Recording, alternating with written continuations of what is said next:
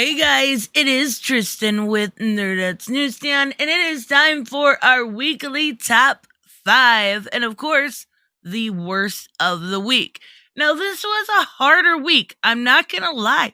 DC was lacking in quality this week. There wasn't near as much good indies. I even had to, borrow from Marvel. Yeah, that's rare for me. Actually, it's been happening more, which kind of just tells me the quality is going up bit by bit, but let's talk about it. I definitely want to get an honorable mention in here because I think this deserves it, though I am not completely sold on it. So my honorable mention for the week is She-Hulk #1 by Rainbow Royale and art by Roger Antonio. It was good. It was a solid restart of what we have needed for a long time with the She-Hulk character. Now, like I do with most things, I'm going to give it 3 issues. I'm not completely sold on it, but I do think it was a decent start. I'm just hoping that Jennifer kind of gets her stuff together a little bit more and we see a little bit more action as far as this story goes. So let's start right out with number 5. But of course, if you enjoy this type of content, hit subscribe, hit like, let me know your best pick of the week down below. And of course, I make content every day, usually related to comics or comic book movies, so make sure you check out the channel. Number 5, Silver Coin #8 by Matthew Rosenberg with art by Michael Wash. It was good. Now, this probably any other week would not have made my top 5, even though I have been enjoying Silver Coin. But this story was a little boring. I did like the beginning about the old, adage where people say, pick yourself up by your bootstraps. And he's kind of like, no, everybody's just fucked. Everybody's just fucked. And maybe quite literally. So I do like what my Matthew Rosenberg did here. It just was a little lackluster. And at this point, we're 8 issues in. You need to give us something to hold on to. And seeing that the next issue is by Vita Ayala, I don't know how much more you can expect us to hold on. The first 6-7 issues of this, phenomenal. Let's hope it holds out for the second half of the series. So I'm hoping there's hope, right? Number 4, I have Animal Castle #2 by Xavier Dorison and art by Felix Delap. I am so sure I said those names wrong. I apologize. But this book is different. Very different. Now, Stray Dogs came out and we're starting to see like influx of animal stories. We've got this, we've got Good Boy. This is definitely a cut above the rest. It is a very serious tone and it is very 1984. It really is showing the problem with communism and just tyrants in general. And I like where they're going with it. I love that the main character is a cat. Come on. I'm going to love that. But I also love that she takes care of her kids. She takes care of the neighborhood. She tries to help out. I really like where this story is going, showing just how bad sometimes things can get with a tyrant. And then the only thing that can really set you free from that is the truth. And I really like that part of it. There's a part in the story where we see a little rat telling a story about the bullets were truth. And it was really good. So for number 3, I have Moon Knight #7. I probably should have moved this up. This was a great issue. Jed McKay again hits it out of the park. The art by Federico Sabantini is phenomenal. The coloring on this, when you see like Mr. Knight walking by and he's glowing, like, come on, it's so good. I really like this story. And then we get a little bit more about Zodiac. And honestly, earmuffs, if you don't want to hear it, but I got to talk about it. I love how Zodiac at the end is sitting with the clown head, right?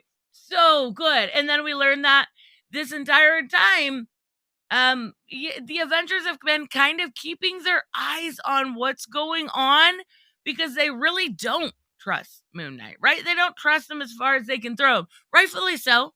But I really liked that twist. It was really, really good and kind of kept you on the edge of your seat. Honestly, there's not a better book at Marvel right now. There's just not. Moon Knight is phenomenal. So, for number 2, I have Nightwing 88 by Tom Taylor and amazing art by Bruno Redondo. I love this book. This is Tom Taylor's best work at DC as far as continuity goes. I love that this whole thing was like, Dick Grayson dies today, right? And we see the Titans come in and they're like, nah, no, you're not going to touch our friend. Like, you mess with him, you mess with all of us. And now, of course, Dick Grayson is the person in trouble, not Nightwing. So going up to Blockbuster and saying, Dick Grayson is now under our watch, deal with it. Do not touch him or you will be messing. I love it. I love the whole idea of it. We do get to see more with Heartless, which I think is good because that fear state interruption really put a damper on this line. I'm not going to lie. It's picked back up since, but even 87 was that phenomenal art story, right? Where it was all one continuous panel, but there wasn't a lot of actual story to it. So now we're finally getting back to that story. And I really like Heartless. I'm glad to see hate the crazy, right? The pure evil. We just talked about this on stream the other day. A lot of people are afraid to go pure evil. Yeah. Someone takes your heart, they're pretty evil. So I really enjoyed this story. I think Tom Taylor's doing a phenomenal job with it. So for number 1, before we get to our loser of the week, oh my God, so many people are going to disagree with me. I don't care. Catwoman 39 by Tini Howard and art by Nico Leone.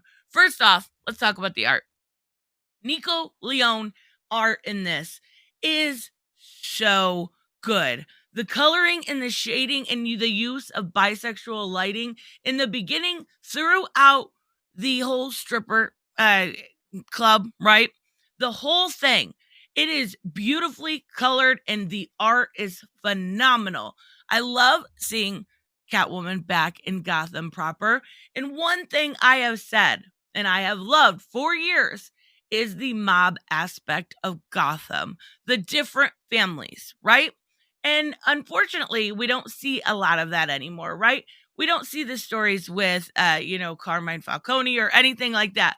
So it is so nice to actually get back to that in a way. We've got Russian mob. We've got a lot going on here. And by the end, we actually find out instead of 4 heads of families, there is 5. And this is going to be centered around Black Mask as the villain. Thank you. Thank you for bringing some sense back into this line. Now, what I love about it, too, is it was a little bit dialogue heavy. Of course, it's the introductory to Tini Howard's run, but it felt like you really got your money's worth with this issue. Like, it took me a little bit longer to read than it normally would for maybe a Joelle Jones or a Ram V Catwoman. And that's okay because the story was worth it. I really enjoyed this. I thought it was a great start. And I love this new character, but I will say, and I don't know if it's on Nico Leone or if it's on, Jaime, George Jimenez, but this character that they're introducing to work with Selena or Selena to maybe work alongside him looked very similar to me to Ghostmaker. And I read every book except for maybe Teen Titans Academy and a couple others, but the majority of them, right? And if you're confusing me because you didn't say a name and I kept going back through, like, where's his name? And we didn't get it revealed to the end, but you made it too close. That design was a little too close to what we saw when Ghostmaker wasn't all done up, right? When he was just his regular self. And that was my only complaint here. But once I realized it had nothing to do with Ghostmaker, I was good. But this is a great start. I really think if you want to jump onto Catwoman, now's the time. Because this is a writer, this is a new line, right? And I really am enjoying this. So, everybody's favorite part, loser of the week. Worst book of the week. Oh my God, I gotta drop it. This is it. Last issue. Nubia and the Amazons, number 4. Stephanie Williams and Vita Ayala, with art by Athena Martinez and Daryl Banks. Now, first off, the art's fine. There's nothing wrong with the art. The art's good. The art's superior to some of the other books I talked about earlier. But it's the story where it lacks. Stephanie Williams and Vita Ayala take this to a whole new level of cringe. Like, this is a dating. There's a good portion of this that's all about dating. And I get you're showing flashbacks, but holy heavy-handed. Like, I don't know why this is here. I thought this is a, like I just told you how I loved how Moon Knight went full evil, right? Like, we're justifying Medusa. She's a victim now. Like, I understand what they're trying to do. She's a victim of Zeus. I understand what you're trying to do because she was so beautiful. He basically oppressed her. But boy, oh boy, my head hurt. My head hurt after reading this. So I won't be anymore. I don't care. I'm usually a pretty big perfectionist about finishing stuff up.